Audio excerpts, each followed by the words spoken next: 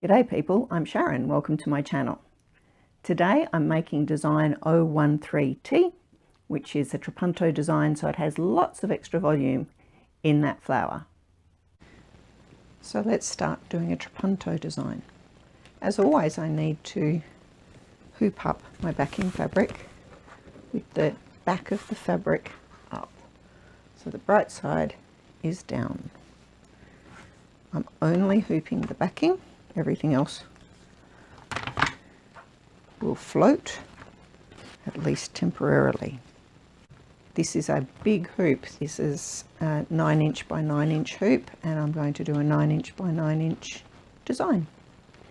The next thing that will have to go onto the hoop to be floated here is my wadding, and in this particular case I'm using a wool wadding, which will be a bit thicker. I've also got two extra layers of wool, and they're going to go in the middle and stitch out the first part of the design so that I can get those extra layers of wadding in the middle that are going to help the flower to stand up. I'm ready to sew the first colour pass in my design, which is the blue colour pass, and this is the one that will stitch out the outline of the flower so that I can cut away and have the extra wadding in the middle. I've got the machine set to 1 stitch stop. You'll notice I actually put this on the diagonal. That's because this design, the flower, has bits that protrude at the bottom, the top and the sides. If I do it this way around, I'm less likely to hit the edges of this. Here we go. Pull up my bobbin thread.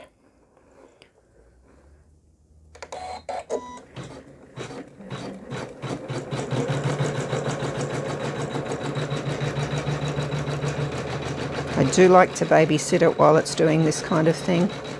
If it gets too close, I need to be careful, like that. Careful that it gets back onto the wadding.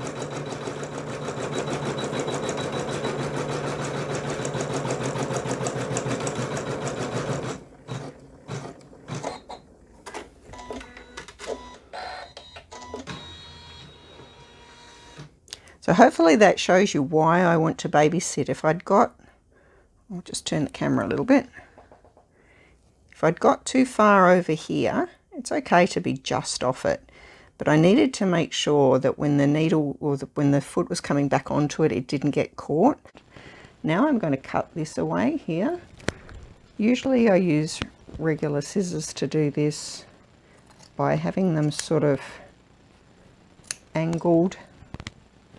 As a right-hander, I go around it anti-clockwise. That's close enough. It doesn't have to be perfect. I'm trying to keep my hands out of the way while I film this.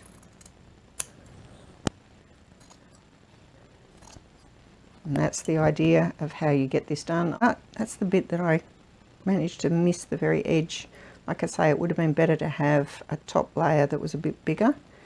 Any of these, if I cut into them and accidentally cut this thread, it really doesn't matter that much, because all that's doing is holding things in place until the next row of stitching goes on with the top fabric on.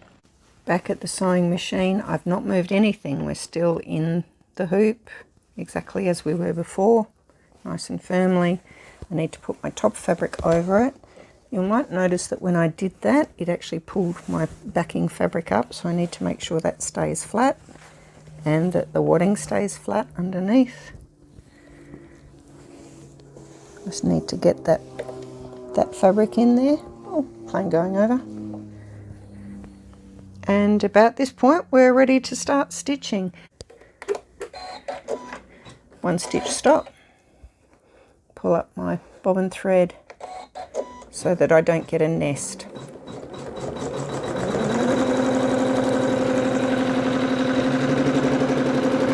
Babysit this bit.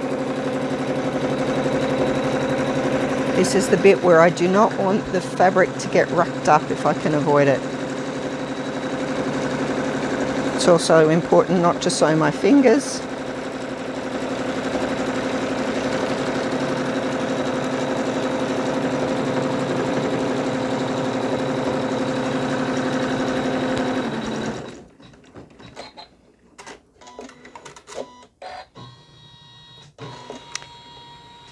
Now that that square is done, the machine, I don't need to hold things anymore. I don't need to babysit them because it's all in place.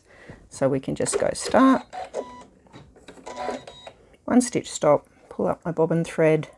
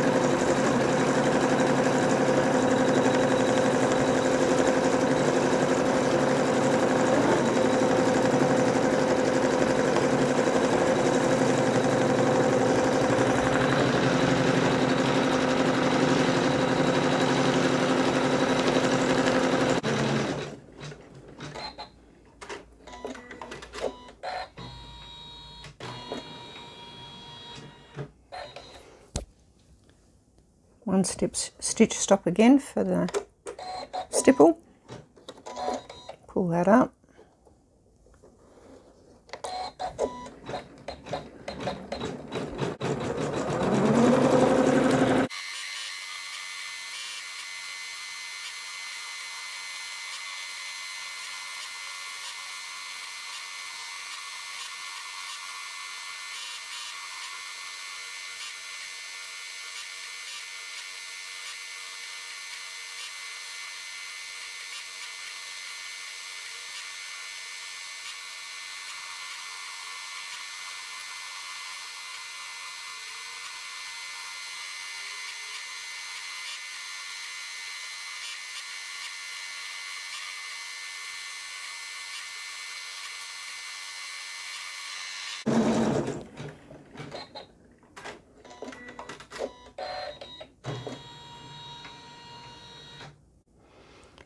I'm not sure if you could see while that was stitching, but some of these areas at the back here are so far down compared to the extra wadding in it that you can't, or you can barely see the stitching behind them.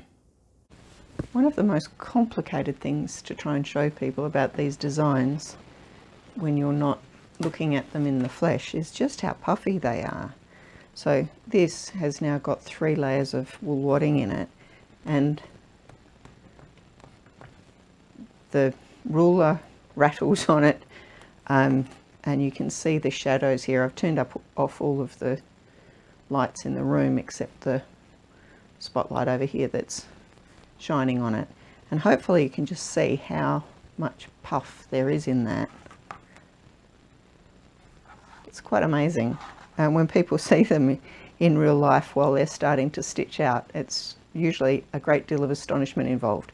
I'll cut this out and it'll be ready to go with the other one. It's got quite a deal of 3rd dimension in it.